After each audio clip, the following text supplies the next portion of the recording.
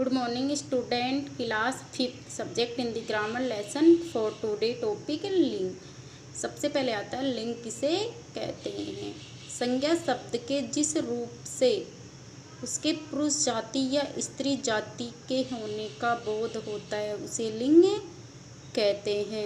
मतलब संज्ञा शब्द के, संज्ञा आपको पता ही है किसे कहते हैं, किसी व्यक्ति वस्तु स्थान आदि के नाम को, भाव आदि के नाम को क्या कहते हैं, संज्ञा। किसे कहते हैं संज्ञा, किसी व्यक्ति वस्तु स्थान या भाव के नाम को संज्ञा कहते हैं। जैसे संज्ञा शब्द जैसे लड़का है, लड़का संज्ञा शब्द। अब संज्ञा शब्द से क्या पता चल रहा है, जिस पुरुष जाति या स्त्री जाति, पुरुष जाति या स्त्री जाति होने का बोध होता है उसे लिंग कहते हैं। लड़का से क्या पता चल रहा है अपन को, पुरुष जाति का है। लड़की है, लड़की से क्या पता चल रहा है, स्त्री जाति का है, पता चल रहा है। जैसे बैल है, बैल से क्या पता चल रहा है, पुरुष जाति का है। गाय से क्या पता चल रहा है, स्त्री जाति के। सबसे लिंग किसे कहते हैं, लिंग किसे कहते हैं, संज्ञा शब्द के जिस रूप से उसके पुरुष जाति या स्त्री जाति के होने का बोध होता है उसे लिंग कहते हैं। एग्जाम्पल है लड़का, पुरुष, लड़की, स्त्री, गाय, बैल, रमेश आदि। फिर आता है लिंग के प्रकार। लिंग कितने प्रकार के होते हैं। हिंदी भाषा में लिंग 2 प्रकार के होते हैं। कितने प्रकार के होते हैं हिंदी भाषा में लिंग, 2 प्रकार के, पुल्लिंग और स्त्रीलिंग। कौन कौन से होते हैं, पुल्लिंग और स्त्रीलिंग। हिंदी भाषा में लिंग कितने प्रकार के होते हैं, 2 प्रकार के, पुल्लिंग और स्त्रीलिंग। पुल्लिंग किसे कहते हैं,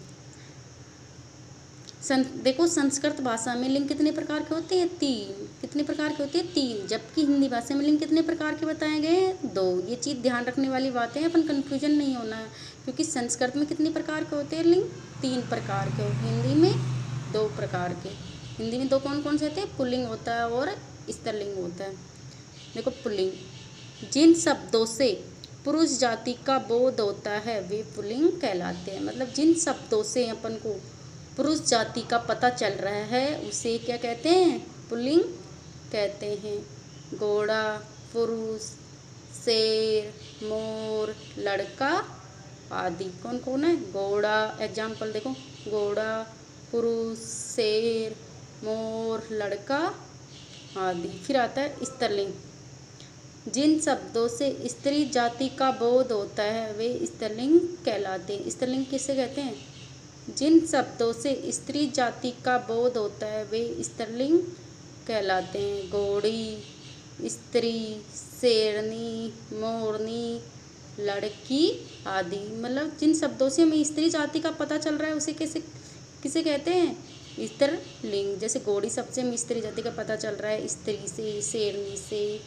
मोरनी से, लड़की से आदि। रिपीट अगेन, लिंग किसे कहते हैं, संज्ञा शब्द के जिस रूप से उसके पुरुष जाति या स्त्री जाति के होने का बोध होता है उसे लिंग कहते हैं। किसे कहते हैं, लिंग। संज्ञा शब्द के जिस रूप से उसके पुरुष जाति या स्त्री जाति के होने का बोध होता है उसे लिंग कहते हैं। एग्जाम्पल है लड़का, पुरुष, लड़की, स्त्री, गाय, बैल, रमेश आदि।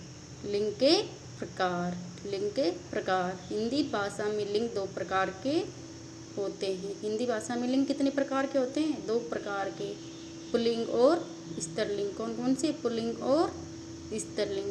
देखो पुल्लिंग, जिन शब्दों से पुरुष जाति का बोध होता है वे पुल्लिंग कहलाते हैं। पुल्लिंग किन्हें कहते हैं, जिन शब्दों से पुरुष जाति का बोध होता है वे पुल्लिंग कहलाते हैं। एग्जाम्पल है घोड़ा, पुरुष, शेर, मोर, लड़का आदि।